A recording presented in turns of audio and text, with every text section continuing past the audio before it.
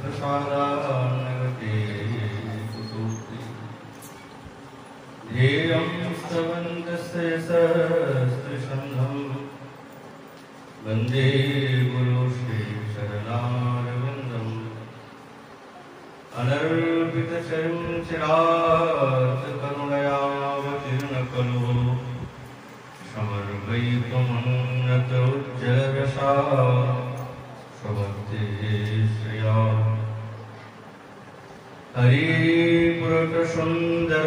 हरिपुरटसुन्दरद्योतिकरं सन्दीपित सदा हृदयकन्दरे स्फुरतु सचिनन्दन वरहापिडाभिरां मृगमदतिलकं कुण्डलाक्रान्तगण्डं कञ्जाक्षं कम्बुकण्ठं स्मितशुभगमुखं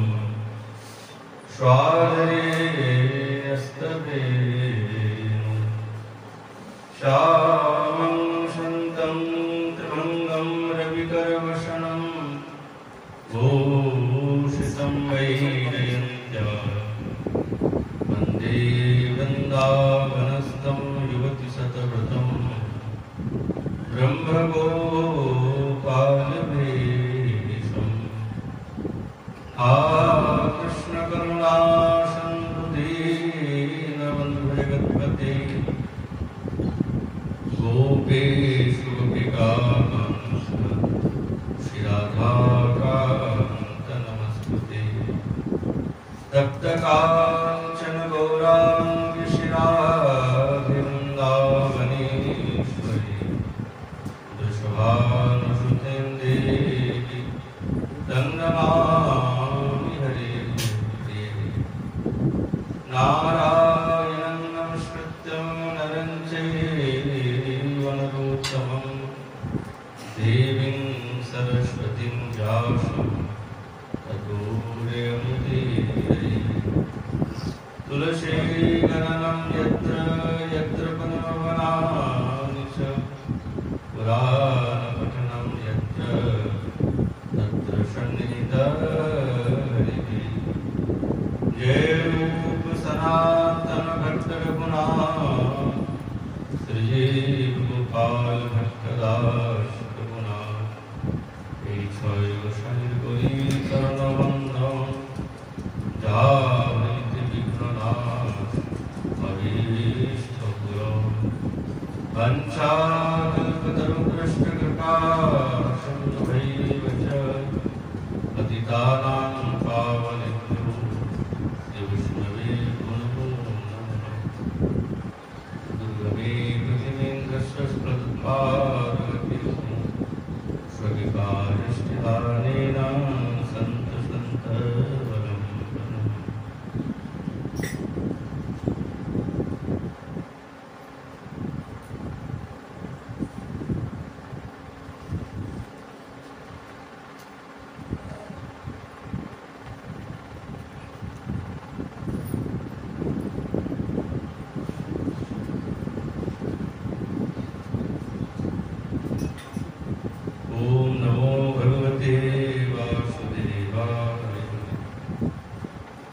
श्री श्री प्रेम मुक्ति चंद्रिका साधु शास्त्र गुरु भक्त हृदय पूजयो सतत भाष्य प्रेम मासी पूर्णी ज्ञान भक्ति यहाँ के प्रिया भी नरोत्तम तत्वगासी जो पावन अवतार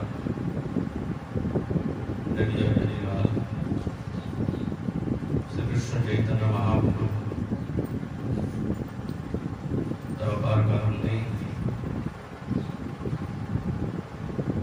परम पूज्यपाद प्रातस्मरणीय परात्मा गुरु महाराज श्री श्री 108 सुबलदास बाबा जी महाराज वार्षिक महामहोत्सव उपलक्षे पूरी कथा प्रेम किशोर पिता स्वागत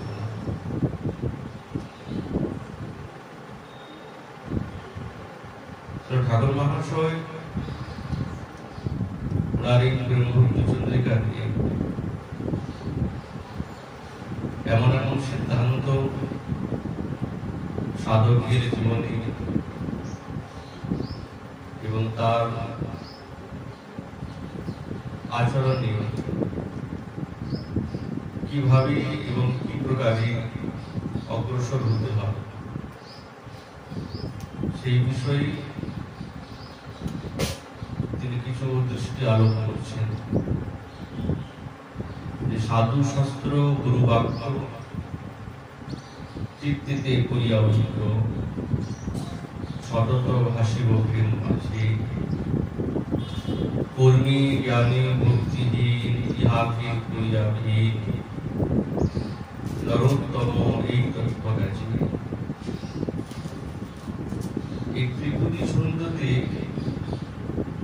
ঠাকুর মহাশয় এত বড় সিদ্ধান্ত আমাদের সামনে রেখে দিয়েছেন যে এই সিদ্ধান্তে এবং এই পথেতে আমাদেরকে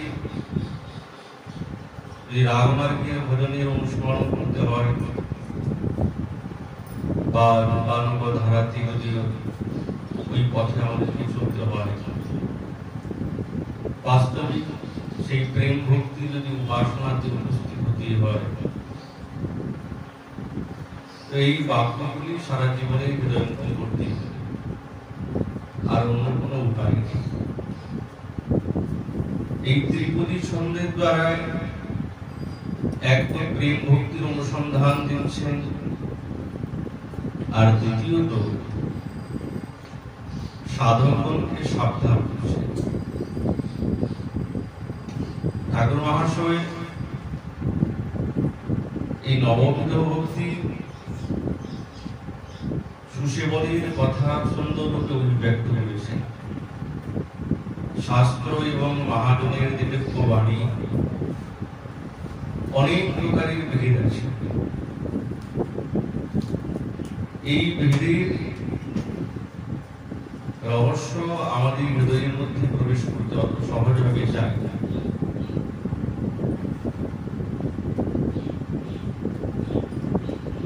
রঘুস্বামীচরণ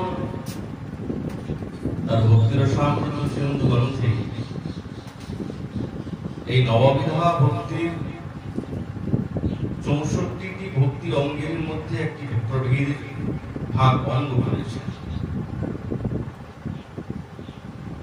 সদাচার মার্গীয় সাধক কেমন ভাবে যে এই নবভক্তির পালন করবে, দেহ দৈহিককে স্থির রেখে একবারে সুন্দর সলিল স্বরেতে ঠাকুর মহাশয় বলেছেন যে সাধু শাস্ত্র গুরু বাক্য চিত্তে করিয়া। প্রথমে তো আমাদের গুরুমুখ পদ্মবাক্য হৃদয় করি মহান সত্য, এই কথা পূর্বে বলেছে। গুরুদেবের কথাতে বা ওনার বাক্যের মধ্যে সুদৃঢ় বিশ্বাস সাধকের অবশ্য করতে হবে।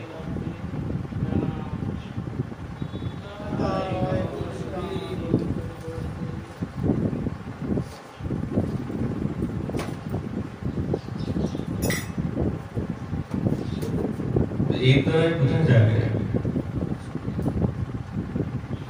গুরুদেব যদি সাধু এবং শাস্ত্রবাণীর প্রতিকূল বা ভজনের বিরুদ্ধে যদি কোনো আজ্ঞা করে,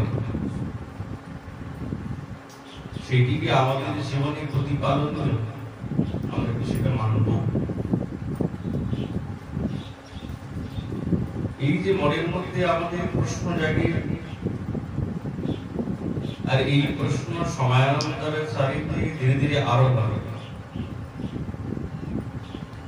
তখন আমাদের কি কর্তব্য, কি করবো, কেমন পথে চলবো, কি মনের মধ্যে ভাব রাখতে হবে? ঠাকুর মহাশয় ওই জন্য বলে দিয়েছেন সাধু শাস্ত্র গুরু বাক্য হৃদয়ে করিয়া। গুরু বাক্যের সঙ্গে যদি শ্রীমদ্ ভাগবত প্রাপ্তির সাধনভূত শাস্ত্রের এবং সদাচার নিষ্ঠ সাধুগণের চরণাশ্রয় যদি আমাদের জীবনে ঘটে তিনি, তবে সেই বাক্যকে আমাদের জীবনে কর্তব্য এবং পরিপালন। আমাদের আর কোনদিন এই বিভ্রমের মধ্যে পড়তে হবে।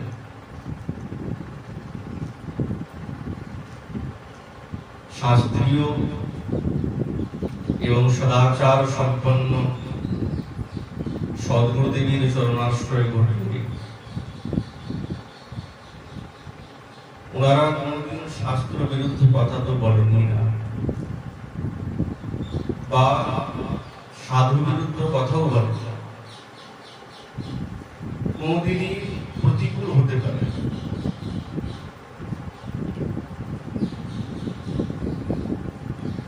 আমাদের আচার্যচরণ বলছেন গুরুদেব শাব্দ ব্রহ্মীতি এবং পরব্রহ্মীতির স্নাতন। আর যদিও না হয় প্রাচীন পদ্ধতি অনুসারে যদি গুরুদেব খুব ভজননিষ্ঠ শাস্ত্র বিষয়টি অতটা জ্ঞান কিন্তু খুবই ভজননিষ্ঠ, তখন তিনি কোনো অনুকূল সেই রকম শ্রেষ্ঠ সাধকের কাছে পাঠান, তিনি ওনার চরণাশ্রয় করে ভজন শিক্ষা করে। এই প্রথা প্রাচীন পদ্ধতি থেকেই চলছে। বর্তমান কি স্থিতি সেটা তো জানা যায় না, কিন্তু প্রাচীন পদ্ধতি এটি বলে। যারা মহাত্মাগণ আগে ছিলেন তারা এই প্রথাতেই সাধকগণকে শিক্ষা দিতেন। সবসময় ভজনে থাকতেন, লীলাস্মরণে থাকতেন, সময় থাকতেন না।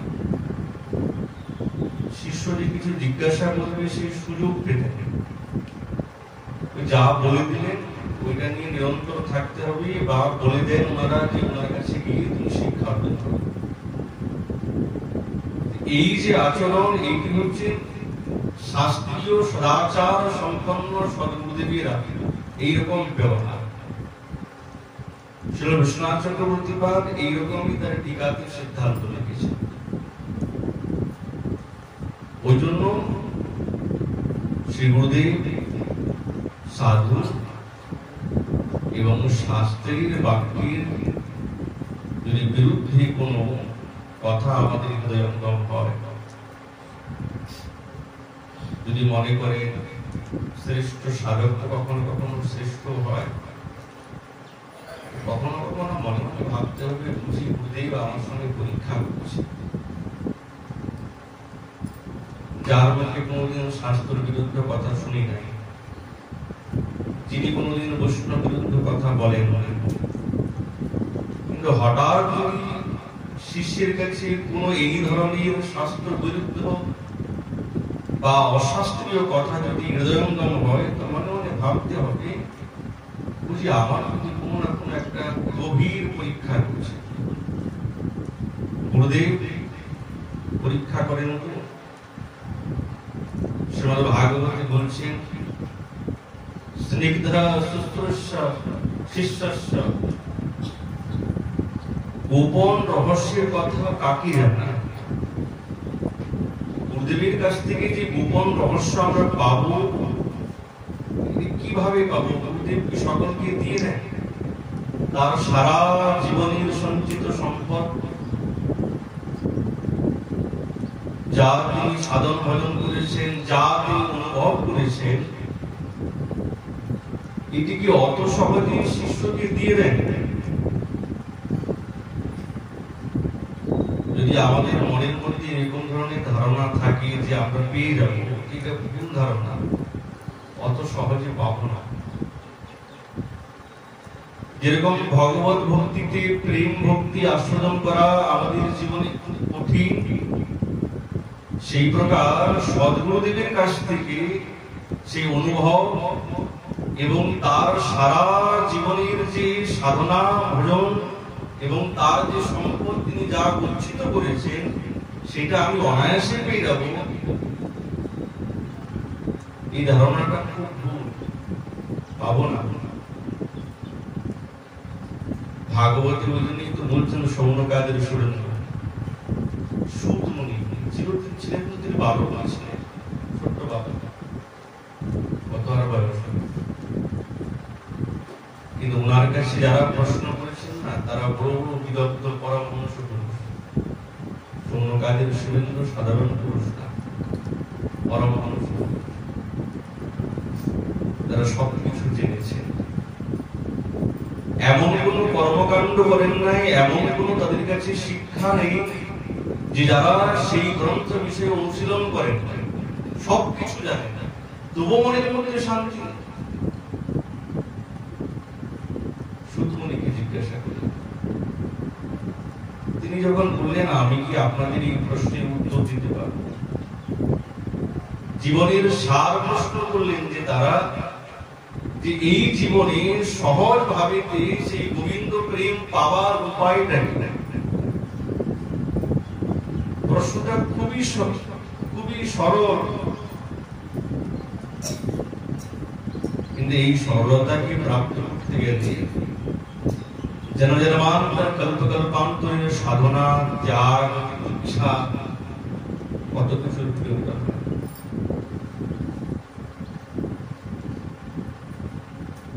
তো তিনি যখন বলছেন আমি কি পারবো আপনাদের এই প্রশ্নের উত্তর দিতে, তোমার প্রতি গুরুদেবের বড় কৃপা আছে। তো তিনি কৃপা কি এমনি পেয়েছেন, গুরুদেব তাকে যে নিজের সম্পদ সমর্পণ করেছেন, দিয়েছেন। যোগ্য না বলে তো গুরুদেব নিজের শিষ্যকে নিজের সম্পদ দেয় না, অনুভব দেয় না, কিছুতেই দেবে না।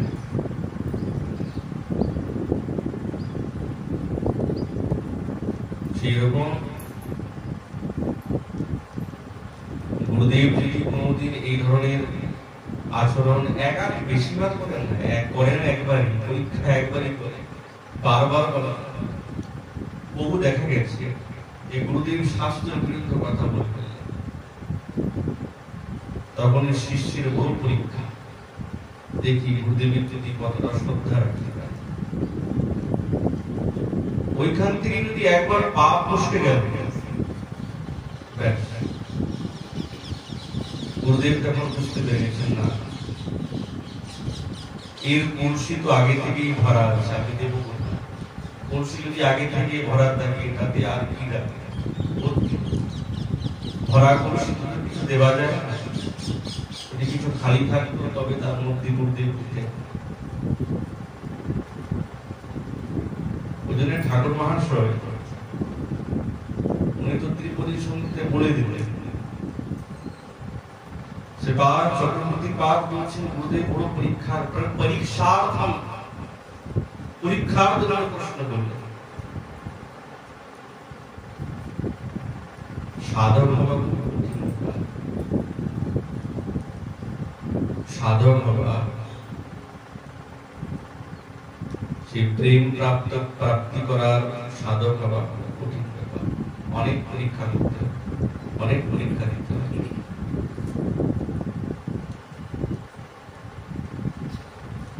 ওই জন্য বলছেন সাধু শাস্ত্র গুরু বাক্য চিত্তে দিয়ে করিয়া ঐক্য সতত ভাসিব প্রেম ভাসি। শাস্ত্র তো অনেক আছে, শ্রুতি শাস্ত্র আছে, অনেক প্রকারের শাস্ত্র। কোন কোন শাস্ত্রে কর্ম এবং জ্ঞানের প্রাধান্যকে বলে, কোন কোন শাস্ত্রতে ভক্তি প্রতিপাদন করে। ভক্তি প্রাপ্ত করার নানা উপায় নয়, যেই শাস্ত্রেতে ভক্তি প্রাপ্তি করার নানা উপায় আছে, সেই শাস্ত্রের দ্বারা আমরা প্রেম ভক্তি প্রাপ্ত করতে পারবো। ভক্তি পাবো ঠিক, ভক্তি বললেই তো সেটা শুদ্ধ না, ভক্তির তো অনেক প্রভেদ আছে।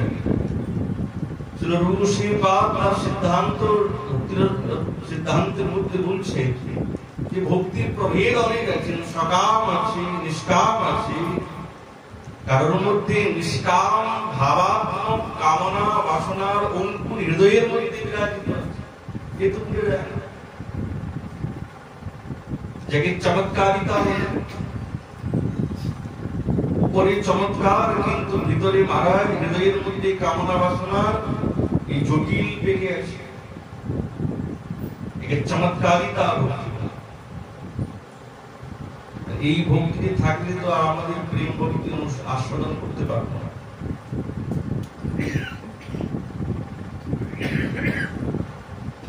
ওই জন্য এত কিছু আচরণ করা সাধকের পক্ষে বড় অসম্ভব, অনেক অসম্ভব। ওই জন্য কি করতে হবে তাহলে?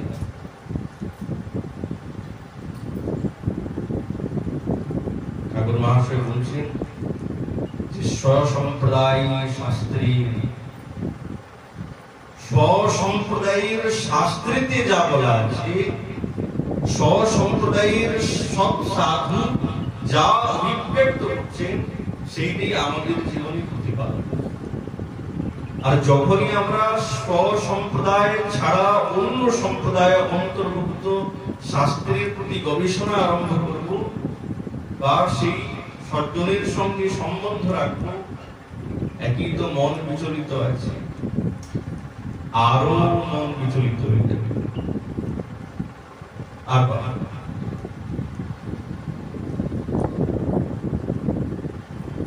ওই জন্যে সাধু শাস্ত্র গুরু, সাধু মানে স্বসম্প্রদায় ভক্তি নাই, স্বসম্প্রদায় ভক্ত সাধু, শাস্ত্র স্বসম্প্রদায় ভক্ত শাস্ত্র, এর সঙ্গে গুরুদেবের বাক্যের সমন্বয় হবে।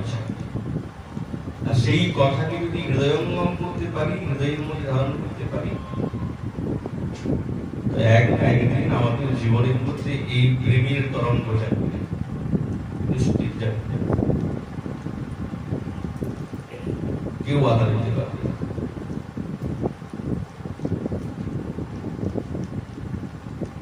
সাধক এইভাবে নিরন্তর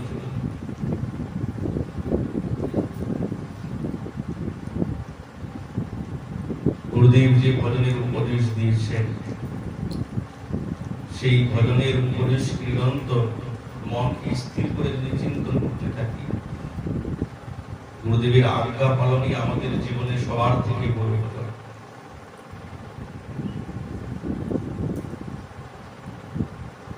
যখনই ভজনের মধ্যে আমাদের নিবেশ রাখবে, তখনই ভাবতে হবে গুরুদেবের এই করকমল আমাদের মস্তকে আছে, তবেই আমরা যতটুকু ভজন করতে পারছি এটা কেবলমাত্র গুরুদেব এবং বৈষ্ণবের বড় কৃপা। আপনি যদি কৃপা না করতেন, এই ভজনের মধ্যে আমরা কিছুতেই প্রবেশ করতে পারতাম না। যতটুকু হচ্ছে এক প্রতিশত হোক না, কিন্তু এইগুলো বড় গুরুদেবের কৃপা। উনি কৃপা করেছেন, আমাদের দিকে দৃষ্টিপাত করেছেন, তবেই আমরা সেই পথে চলতে পারছি। আর যদি চলি না, এত এক না একদিন সাক্ষাৎ রাধা গোবিন্দের দিব্য প্রেম মাধুর্যের অনুভূতি আমাদের হৃদয়ে যাবে। ভগবত রস মাধুরী আমাদের হৃদয়ের মধ্যে উচ্ছ্বাস প্রকাশ করবে। আর তখন এই তরঙ্গ নিরন্তর ভাসতে থাকবে। ঠাকুর মহাশয় বললেন, সতত ভাসিব প্রেম মাঝি, প্রেম আসবে তবেই তো ভাসবে। এই প্রেম রসে ভাষা বা ডুবা দুটিতেই আনন্দ আছে। কেবল ভাসলেই যে আনন্দ তা নয়, ডুবলেও আনন্দ। এতে ডুবলে তো কেউ মরে না, আরো বেশি ডুবতে চাই, একবার বারবার। এইরকম প্রেম রস তো আমাদের জীবনে দরকার, এটাই তো আমাদের প্রিয়।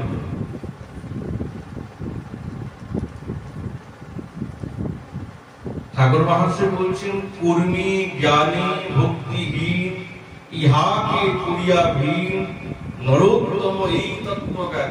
মুক্ত কণ্ঠে বলছেন, তিনি যে এই কথাগুলি বলছেন সারা জীবনের অনুভব আমাদেরকে দিয়েছেন। কর্মী জ্ঞানী ভক্তি ইহাকে করিয়া, যারা কর্মী যারা জ্ঞানী এনারা হচ্ছেন সাধক ঠিক, কিন্তু এনাদের মধ্যে ভক্তি নাই। ভক্তি কি একই কথা, ভক্ত থাকে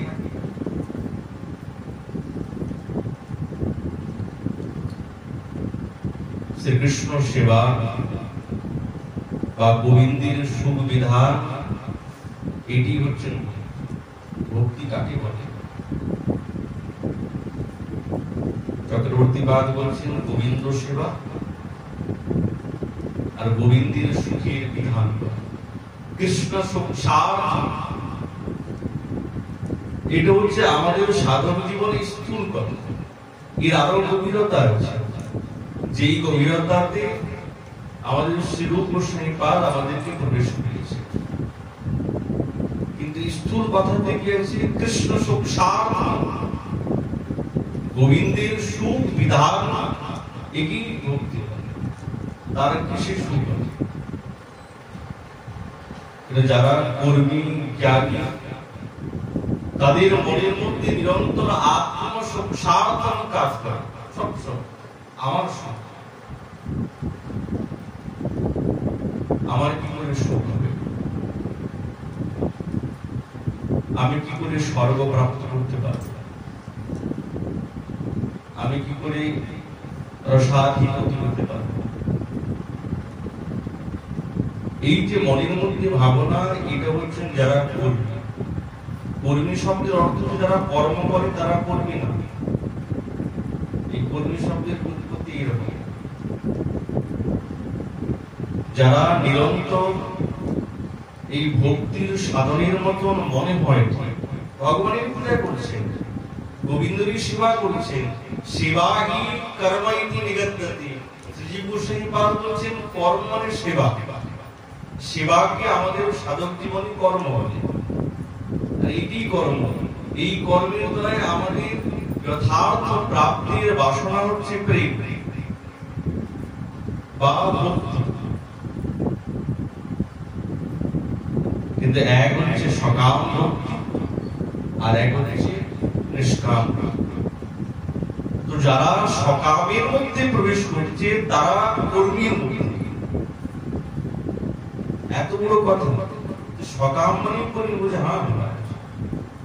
যাদের মনের মধ্যে কামনা বাসনার লেশও যদি থাকে, সে শুদ্ধ ভক্তের মধ্যে তাকে গণনা করা যাবে না। তিনি হচ্ছেন কর্মীর মধ্যে পড়ে গেলেন। ধীরে ধীরে ধীরে ধীরে বাসনাটা বাড়তে থাকবে, কমবে না। বাসনা বাড়তে থাকবে বৃক্ষের মতো। যখন বীজ বপন করে দিয়েছি, এখন এটা সেবা করছি, তো ভক্ত সেবাই করছি, গোবিন্দের উপাসনাই করছি, কিন্তু উপাসনার মধ্যে কামনা বাসনা জড়িত আছে। বৃক্ষটা বাড়ছে, যত বাড়বে ফল পাবো। বৃক্ষ যখন লাগিয়েছে তো ফল তো পাবো, হবে ফল। আর সেই ফলটি হচ্ছে আত্ম সংসার। এই ফলটা কিসের জন্য? আত্মসুখের জন্য। স্বর্গ চাই, বৈভব চাই, ধন সম্পদা চাই, পদ চাই, প্রতিষ্ঠা চাই। এই সব ভাবনাগুলি হচ্ছেন কর্মী, সবই কর্মী। আর যারা জ্ঞানী বললেন যে জ্ঞান, এই জ্ঞান তো আছে, কিন্তু এই জ্ঞানের দ্বারা কি প্রাপ্ত করতে চান? জ্ঞানের দ্বারা মুক্তিকে প্রাপ্ত করতে চান। মুক্ত মুখ্য প্রাপ্তার্থম জ্ঞানম। আমি জন্ম মৃত্যু রহিত হয়ে মুখ্য চতুর্বর্গের মুক্তি আছে, সালোক্য, শাস্তি, সামিপ্য, সাযুজ্য, এই চতুর্বর্গের মুক্তি। যেই জ্ঞান আমার জীবনের মধ্যে অর্জন করেছি, এই জ্ঞানের মূল উদ্দেশ্য কি? চতুর্বর্গ মুক্তির কামনা করে। এই ভাবনা হৃদয়ের মধ্যে নিরন্তর আছে। ওই জন্যে ফল লাভের আশা হৃদয়ের মধ্যে থাকলেই সেইটা কর্মের মধ্যে পড়ে গেল। আর সেই কর্মকে যিনি আশ্রয় করেছেন তিনি হচ্ছেন কর্মাশ্রস্তি কর্মী কর্মী। আর জ্ঞান সাধনার সঙ্গে ভগবানের হরিনাম কীর্তন শ্রবণ করেন বা সেবা পুজো করছেন, কিন্তু এই ভজনের এবং সেবা পূজার মূল উদ্দেশ্য তার মনের মধ্যে মোক্ষ প্রাপ্ত করা। তারা সঙ্গে সঙ্গে জ্ঞানীর মধ্যে পড়ে গেল। শ্রীপাদ বলছেন এরা হচ্ছেন ভক্তি, ভক্তি নাই। কোন ভক্তি? শ্রদ্ধা। যেই শ্রদ্ধা ভক্তির দ্বারায় সাক্ষাৎ রাধা গোবিন্দের নিকুঞ্জের দিব্য প্রেমকে প্রাপ্ত করার একমাত্র উপায়, একমাত্র সাধন, তার থেকে আমরা বঞ্চিত হয়ে গেলাম। কেননা কোন ফল প্রাপ্ত করতে গেলে গোবিন্দের উপাসনা তো ছাড়া হয় না। কবিরাজ সিংহবাদ বলছেন ভক্তি বিনু কোন সাধন দিতে নারী ফল, সব ফল দেয় ভক্তি স্বতন্ত্র প্রভাব। ভক্তির একটা এমন ক্ষমতা আছে, সব দিতে পারে। আমার যদি সর্বপ্রাপ্তি করার ইচ্ছা থাকে তাও পাবো। আমি যদি মনের মধ্যে আরো অন্য প্রতিষ্ঠার ইচ্ছা থাকে তো প্রতিষ্ঠাও পাওয়া যাবে। সম্মান পাওয়ার ইচ্ছা থাকলে সম্মানও পাওয়া যাবে। ধন সম্পদার ইচ্ছা যদি থাকে তাও পাওয়া যাবে, সব পাওয়া যাবে। বললেন না কাম সর্ব কাম বা মোক্ষ কাম উদার ভি তীব্রেণ ভক্তি যোগেন জয়েতং পুরুষং পরম। কেউ কামনা বাসনা নিয়ে, কেউ নিষ্কাম কামনা। গোবিন্দের উপাসনা করলে সেই ভক্তির দ্বারা কামনা বাসনাও পাবে, নিষ্কাম পাবে। কিন্তু যারা শ্রদ্ধা ভক্ত, যারা প্রেম পেতে চান, তারা কিন্তু ওই দিকের পথে কিছুতেই যেতে চায় না, কিছুতেই যেতে চায়। এই যে শ্রদ্ধা ভক্তি ইনাদের কাছে থাকে, ঠাকুর মহাশয় বলছেন ইহা কে করিয়া ভি। আমাদের জীবনের সৎসঙ্গ কালেতে এদের থেকে দূরে থাকতে, এদের থেকে দূরে না থাকলে শুদ্ধ ভক্তি হৃদয়ের মধ্যে যাবে না। যেরকম সঙ্গ করব সেরকম মনের মধ্যে ভাব জাগবে। আর এই সঙ্গদোষের প্রভাব বড় প্রবল, সৎসঙ্গের থেকেও ভয়ানক। সৎসঙ্গের থেকেও ভয়ানক। সৎসঙ্গে সাধককে পরিবর্তন করতে সময় লাগে,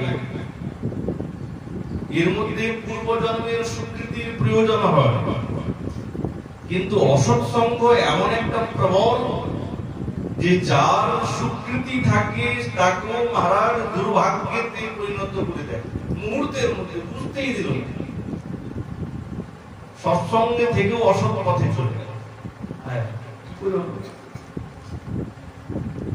শ্রী গোস্বামী বলছে প্রবলা, অসৎসঙ্গ বড় প্রবল। সাধককে বুঝতে দেয়, সময়ই দেয়। যখন যখন মৃত্যু আসে না, যেরকম যার মৃত্যু এসেছে তাকে সময় দেয় না, বুঝতেই দেয় না, তখন মরে গেলাম হঠাৎ করে বুঝতে দেয়। এখনই বসে আছি, একটু করে যে আমি আমার দেহের থেকে প্রাণটা বেরিয়ে যাবে না, বুঝতেই দেবে না। জল পান করতে করতেই প্রাপ্তি হয়ে গেল, বসে থাকতে থাকতে প্রাপ্তি সে জানে, বুঝতেই দেয় না। সেরকম এই সাধক জীবনের মধ্যে যদি একবার অসৎসঙ্গের স্পর্শ হয়ে যায়, কিভাবে যে মনটাকে পরিবর্তন করে দেয়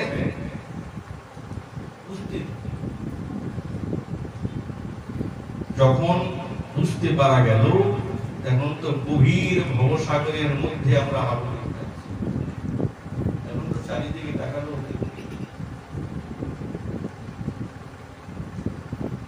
তখন তার কাউকে পাই। ওই জন্য ঠাকুর মহাশয় সাধককে বলছেন, সাবধান,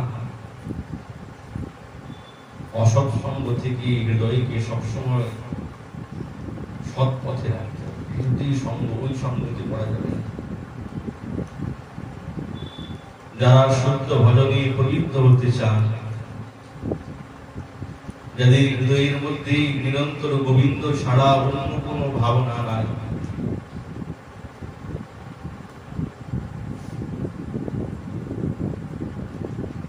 তাদেরই সঙ্গ আমাদের কর্তব্য। আর না হলে যাদের হৃদয়ের মধ্যে গোবিন্দ ছাড়া অন্য হৃদয়ের মধ্যে ভাবনা চলছে, কৃষ্ণইতর আমার এই কামনা বাসনা, ওই যে মুখ্য প্রাপ্তি, ভজন তো হচ্ছে, কি চাই? এক তো মুখে প্রকাশ করি। আচ্ছা, চক্রবর্তী পাদ বলছেন, যেটা মুখে প্রকাশ হয় না, মুখে বলে যেটা করা হয়, তার প্রভাবটা একটু কম। যেটি মুখে প্রকাশ করা যায় না, ভিতরের মধ্যে এই বিষটা বিরাজিত আছে, খুব ভয়ানক। সেটা খুব ভয়ানক। একটা মুখে বলছে, হ্যাঁ আমি তো প্রতিষ্ঠাতে ওই জন্য গোবিন্দ ভজন করছি, তো এক না একদিন ওই ভজন, ওই ভজনই তার প্রতিষ্ঠার ইচ্ছাকে নষ্ট করে দেবে। যে মুখে অভিব্যক্তা, যে মুখে বলেছে আমি প্রতিষ্ঠা চাই, বললোই আমি একবারে খোলা কথা, আমি তো প্রতিষ্ঠা চাই, ওই জন্য গোবিন্দের ভজন করছি। তো এই ভজন তার প্রতিষ্ঠা এক না একদিন সরিয়ে দেবে, আর মনের মধ্যে শুদ্ধ ভক্তি হৃদয়কে জাগিয়ে দেবে। তার প্রত্যক্ষ প্রমাণ ধ্রুব মহারাজ, তিনি তো ভগবানের উপাসনাতে গেলেন, বলেই গেলেন যে আমি তো সিংহাসনে বসতে চাই, সেই জন্য ভগবান উপাসনা যাচ্ছি। যখন ভগবানকে পেয়েছেন, ধ্রুব মহারাজকে যখন ভগবান জিজ্ঞাসা করছেন, তুমি কি চাও বলো, তিনি একটা কথাই বললেন, প্রভু এই জগতে যে যত শ্রেষ্ঠ পদবীকে প্রাপ্ত করে নেই, ব্রহ্মপদ পেয়ে রাখ না কেন, যদি অনুগত, তোমার ভক্তদের অনুগত হয়ে না থাকে,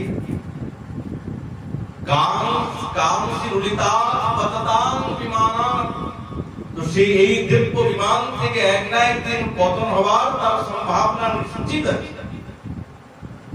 কিন্তু হে প্রভু, আমি না কোনোদিন পড়তে চাই, আর না পড়ার উপায় একমাত্র আমি সাধন করে যা বুঝতে পেরেছি, তোমার নিষ্কিঞ্চন ভক্তের অনুগত ছাড়া স্বতন্ত্র ভাবে যদি কেউ থাকে, তো তার নিশ্চিত পতন হয়ে যাবে। ওই জন্য হে প্রভু, আমি, উনি বললেনও না যে প্রভু তোমার সঙ্গ, তোমার ভক্তজনের সঙ্গীতে আশ্রয় নিরন্তর থাকছে। এই যে মনের মধ্যে ভাবনা, এটা হচ্ছে নিষ্কাম মনের ভাবনা, কিছু চাই, একটাই চেয়েছে যে তোমার ভক্তজনের, নিষ্কিঞ্চন ভক্তজনের, যারা নিরন্তর তোমার লীলা কথা ব্যাখ্যান করে, তাদের সঙ্গে থাকতে চাই। জানেন তারাও যেন সৎ, এই সতের সঙ্গে থাকলে কোনদিন পতন হবার সম্ভাবনা নাই, এই সংক্রমিত রোগ লাগবে না। যখনই এই কর্মী, জ্ঞানী, লোভ, লালসা, মদ, মাৎসর্য হৃদয়ের মধ্যে বিরাজিত হয়েছে, এমন সাধকের সঙ্গে যদি আমরা বিরাজিত থাকি, তো ঠিক মনের মধ্যে শ্রদ্ধা ভক্তি হ্রাস করে তারও মনের মধ্যে কামনা বাসনা থাকবে। ভিতরে ভিতরে চলে, বাইরে বলছি না এইটা চাই, কিন্তু মনে মনে না অনেক কিছু ভাবনা করছে। বলবো বৈরাগী লাগে। এমন সঙ্গ আমাদের জীবনে খুব ভয়ানক। यस्सा सत्संगति पुंसो मणिवत् स्यात् स सद्गुणः। মণির কাছে যে কোনো রং রাখবেন, এই মণিটা সেই রঙে দীপ্তি হবে। সাধকের মন চিত্ত এই মণির মতো।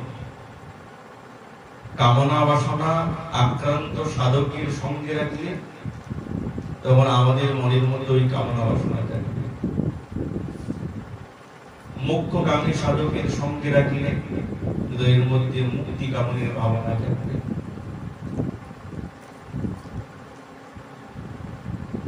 সংক্রমিত রোগের লেগেই যাবে। ওই জন্য তারা দৃঢ় শ্রদ্ধাকারী সাধকের চিত্তে নিরন্তর এই বিষয় থেকে সাবধান থাকতে হবে। ওই জন্য কর্মী জ্ঞানী ভক্তিবীর ইহাকে ক্রিয়া বীর থেকে দূরে থাকতে হবে। শ্রেয়কামী সাধক এইরকম সাধকের সান্নিধ্য থেকে দূরে থাকে, সতীর সান্নিধ্যে থাকে। ঠিক তার হৃদয়ের মধ্যে ভক্তির বীজ অঙ্কুরিত হবে নিশ্চিত। ঠাকুর মহাশয় এটা গোপনে কোনো কথা বলছেন না, একবারে মুক্ত কণ্ঠে নরোত্তম এই তত্ত্ব গেছে। আর বাস্তবিক এটা তাত্ত্বিক কথা।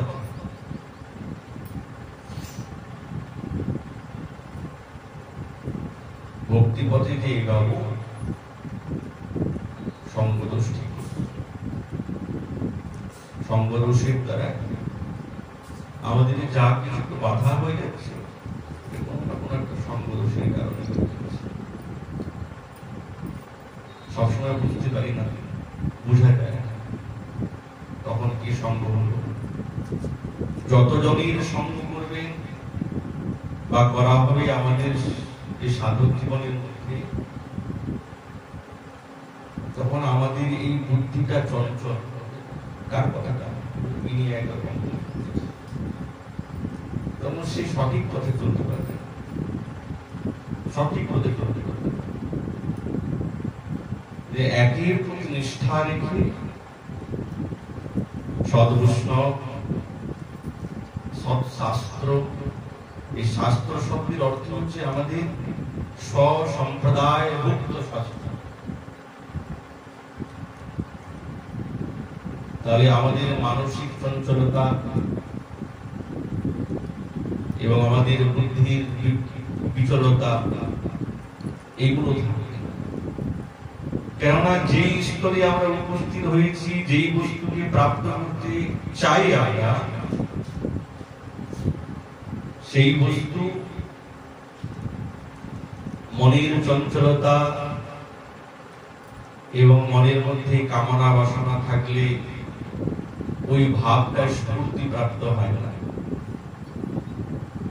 তখন খুব জোর লাগে। ওইটাকে স্মরণ করতে গেলে খুব জোর লাগে। আর সেই বস্তু জোর করে তো আর হয় না, এটা তো স্বাভাবিক স্বতঃস্ফূর্ত। এরকম বৃক্ষে জল দিলেই কলি ফুটলো, তারপরে দেখলেন সঙ্গে সঙ্গে ফুলটা কি সুন্দর বিকশিত হয়ে গেল। জল গড়াতে যেমনি জল দিলাম, ফুলটা ফুটে সুন্দর। সেরকম আমাদের মনের মধ্যে যেই ইচ্ছা, যেই ভাবনা গুরুদেবের কাছ থেকে আমরা পেয়েছি, সেই ভাবনা স্বতঃস্ফূর্ত নিজে নিজেই ফুটবে। একে জোর করে জাগানো যায় না, বলপূর্বকের কোনো কাজ নাই।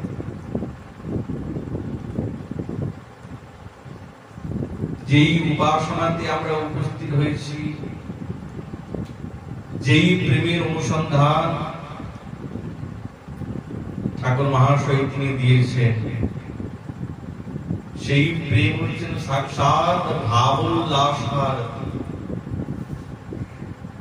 আমাদের উপাসনা ভাবোল্লাসার, যাকে মঞ্জুরি হাবির সাধনা বলে। এই মঞ্জুরি হাবির সাধনাতেই কেবল ভাবোল্লাসার অতি বিরাজিত আছে।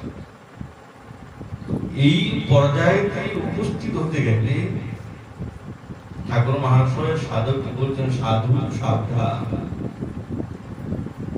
খুব সাবধানের সঙ্গে আমাদেরকে চলতে হবে।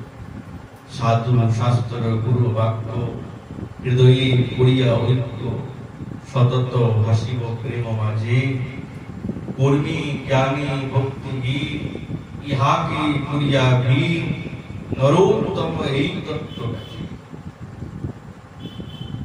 এই ত্রিপতির দুইটি পয়ারেতে সাধককে বলে দিয়েছেন, যদি আমরা সেই ভাবোল্লাসারতি বা রাধা দাসিক অভিমানা এই ভাবনা যদি হৃদয়ের মধ্যে জাগাতে চায়, এইভাবে সাধককে সাবধান থাকতে হবে। যতই ভজন করি, যতই গোবিন্দের সেবা করছি, রাধারানীরও সেবা করছি, যুগল সেবাও করছি, কিন্তু মহারাজ তবু হচ্ছে না। ওই যে মনের মধ্যে আছে, কর্মী হয়ে বসে আছি। এখন আমি যে কর্মী আছি না আমি জানি, কি করে জানবো? আমি যে কর্মী, যে কর্মকাণ্ড করে সে তো স্থূল কর্মী, ওই কর্মী আলাদা। যখন ঠাকুর মহাশয় যেই কর্মীর অনুসন্ধান দিচ্ছেন, এইটি আমাদেরই জগতে, আমাদেরই সাধনাতে, আমাদের স্বজাতীয়তে, আমাদের স্বসম্প্রদায়ের কথা বলছেন, বাইরের কথা বলছেন না। বাইরের কথার দিকে তো ভিতরে ঢুকে গেছেন, স্বসম্প্রদায়ের কথা বলছেন, স্বজাতির কথা বলছেন। এখন আমি যে কর্মী হয়ে বসে আছি না জ্ঞানী হয়ে বসে আছি, এটা তো জানতে লাগবে। যখনই হৃদয়ের মধ্যে এই রাধা দাসিক অভিমানা হৃদয়ের মধ্যে জাগছে না, আসছে না, অভিমান আসছে না, অত সহজে তো অভিমান আসে না। এই অভিমানটা আসার কারণেই তো এত সাধনা হলো, এত ত্যাগ হিংসা, এত চেষ্টা। যে কোনো প্রকারে কোন না কোন সাধনের দ্বারা যাতে হৃদয়ের মধ্যে এই ভাবনা এসে যায় যে হ্যাঁ, আমরা রাধা দাসিক অভিমান, বৃন্দাবনেশ্বরীর সেবাকে প্রাপ্ত করতেই হবে, এই ভাবনা মনের মধ্যে কবে যাবে?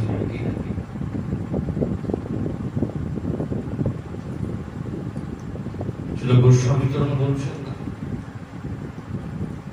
অঙ্গদীন তব বামদৌ স্থলে স্বর্ণ গৌরী নবরত্ন মালিকা, পট্টগুচ্ছ পরিশোভিত তামিমা মাকয়া পরি রামামিতি কথা,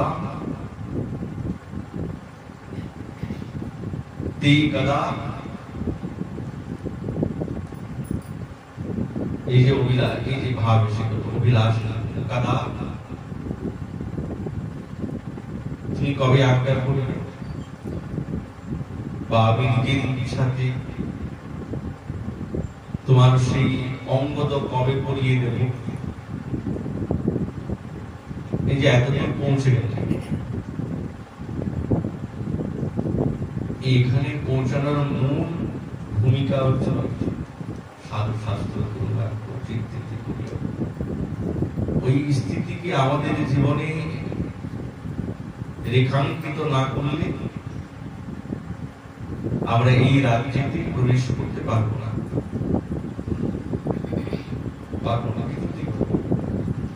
যেটা হচ্ছে সেটা চমৎকারিতার মধ্যে পড়ে যাবে, যেটা হচ্ছে, যেটা আমি করছি সেটা যে চমৎকারিতার মধ্যে পড়বে, বাস্তবিকতার মধ্যে পড়বে।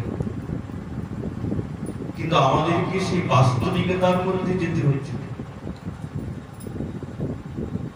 চমৎকারিতে থাকতে চাই না, বাস্তবিকতা যেতে চাই। এই বাস্তবিকতা প্রাপ্ত করার একটি উপায়। হে স্বর্ণ গৌরী, তোমার আদেশে কবে আমি সেই বাম বাহুতে যে অঙ্গদের সঙ্গে পট্টগুচ্ছ পরিশোভিত এই নবরত্নের পট্টগুচ্ছ বলতে পট্টডলি, পট্টের দ্বারায় নির্মিত এই নবরত্নের মালা তার সঙ্গে কবে পরিণয় করাইয়ে দেব, বিবাহ। এই যে মনের মধ্যে সেবার ইচ্ছা জেগে গেল, সেবার সাধনকে যেন বারবার ইঙ্গিত করছেন, এইদিকে আমাদেরকে করতে হবে। কেন? ওনার চিত্তের মধ্যে উনি হচ্ছেন নিরন্তর সেবা পরায়ণ, সেবা রসের দ্বারাই তিনি অভিষিক্ত, সবসময় তন্ময় হয়ে আছেন। সেবা আছে, কার সেবা? বৃন্দাবনেশ্বরীর সেবা। কখনো বা স্বেচ্ছাতে, কখনো বা তোমার আজ্ঞাতে বা কারো আদেশে আমাকে সেবা করতে হবে। সেবা না করলে তো শান্তি থাকা যাচ্ছে না। শ্রীকৃষ্ণ চৈতন্য মহাপ্রভুর যত পরিকরগণ আছে, যতই পরিকরগণ আছেন, তারা সকলেই সেবার রসের দ্বারায় গঠিত।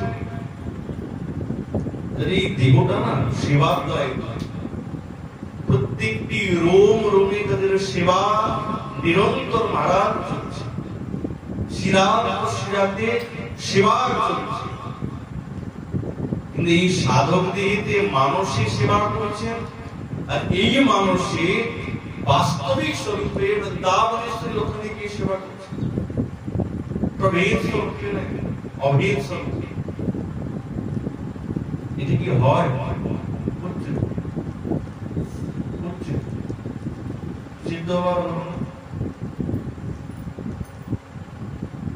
চিন্তনের সেবাটা সাক্ষাৎ বৃন্দাবনেশ্বরীর সেই সেবাতে নিযুক্ত তিনি হয়েছেন। কি এটি প্রভেদে? নাস্তি, অভেদ, অভেদে সেবা হয়েছে। কতটা সাধনা আছে, কতটা সাধনা আছে। হোলির সময় হোলিও তো নেই, সিদ্ধ গোবর্ধন সিদ্ধ আবার কুটিয়া থেকে হোলির ধুলো রং হয়েছে, কোথাও না তো আবির আছে না কিছু আছে। রাধা গোবিন্দে সে হোলির দিব্য বিহার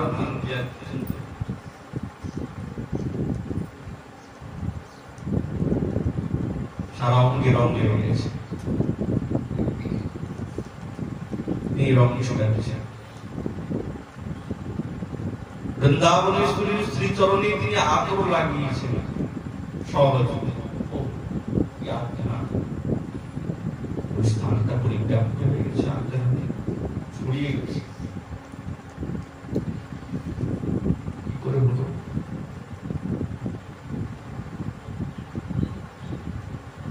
মনের মধ্যে নিরন্তর অভেদের ভাবনা রাখতে, এতটা গভীর চিন্তাতে প্রবেশ করতে হবে যে বাস্তবিক বৃন্দাবনেশ্বরী আছেন আমার সামনেই, আমি সেবাতে নিযুক্ত আছি। যতক্ষণ সাধক সেবা রসের দ্বারায় পরিচিত না হবে, প্রযুক্ত না হবে, এই ভাবনা জানবে সাধনময় এই চরিত্রের দ্বারা আচার্যগণ এটি তো দেখিয়েছে।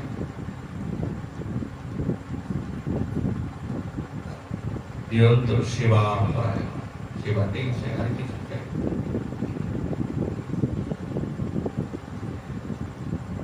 এটি হচ্ছে সদত্ত ভাসী ও প্রেম আছে। এই প্রেম, এই প্রেম রূপী রসেতে আমাদেরকে ভাসতে হবে। এখানে ভাসতে গেলে ওই স্থিতিতে আগে যাবে। সাধু শাস্ত্র গুরু বাক্য চিত্তেতে করিয়া ঐক্য সতত ভাসী ও প্রেম আছে। কর্মী জ্ঞানী ভক্তিহীন ইহাকে করিয়াবিহীন নরোত্তম এই তত্ত্ব আছে। এটা হচ্ছে আমাদের মূল ভূমিকা। তবেই সেই প্রেম রাধা গোবিন্দের সে মন্দিরে হবে সাধনার প্রেম। এই প্রেম সেবা সেবা পরায়ণা সেবা রসিক প্রাণা, এই ভাবনাতে নিরন্তর আমাদের চিত্তে বসে। এই বলে আমাদের ভাগবতী কথা এখানে বিশ্রাম। মহাপ্রভু কৃপাল আগামীকাল আবার এই বিষয়ে বিকাল 6টা থেকে আরম্ভ হবে। মহাপ্রভু কৃপাল আগামীকাল আবার এই বিষয়ে আলোচনা হবে। পিতায় সকলে বাল্যভাবে নিয়ে যাবে।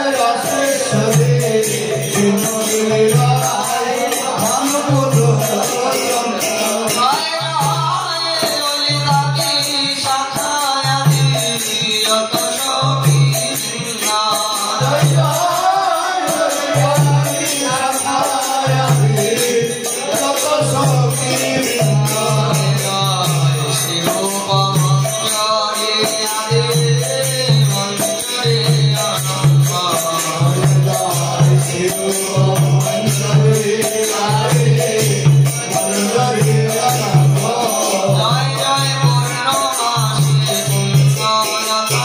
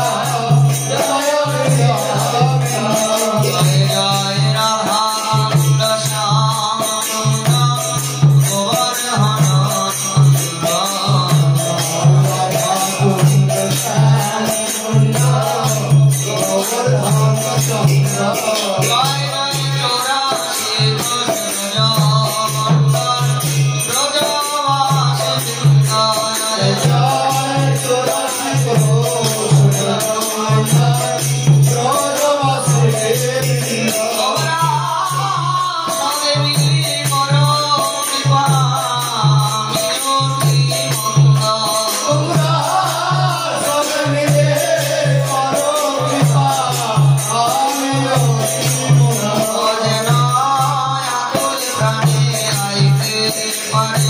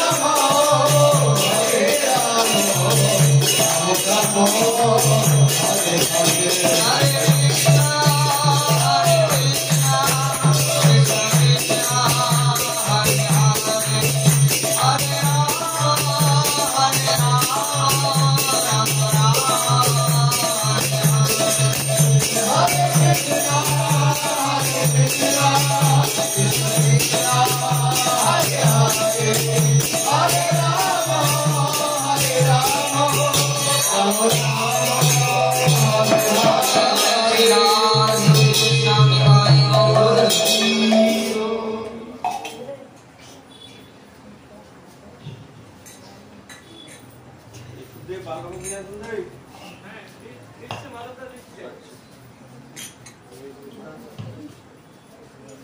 전하시고 물어보십니다.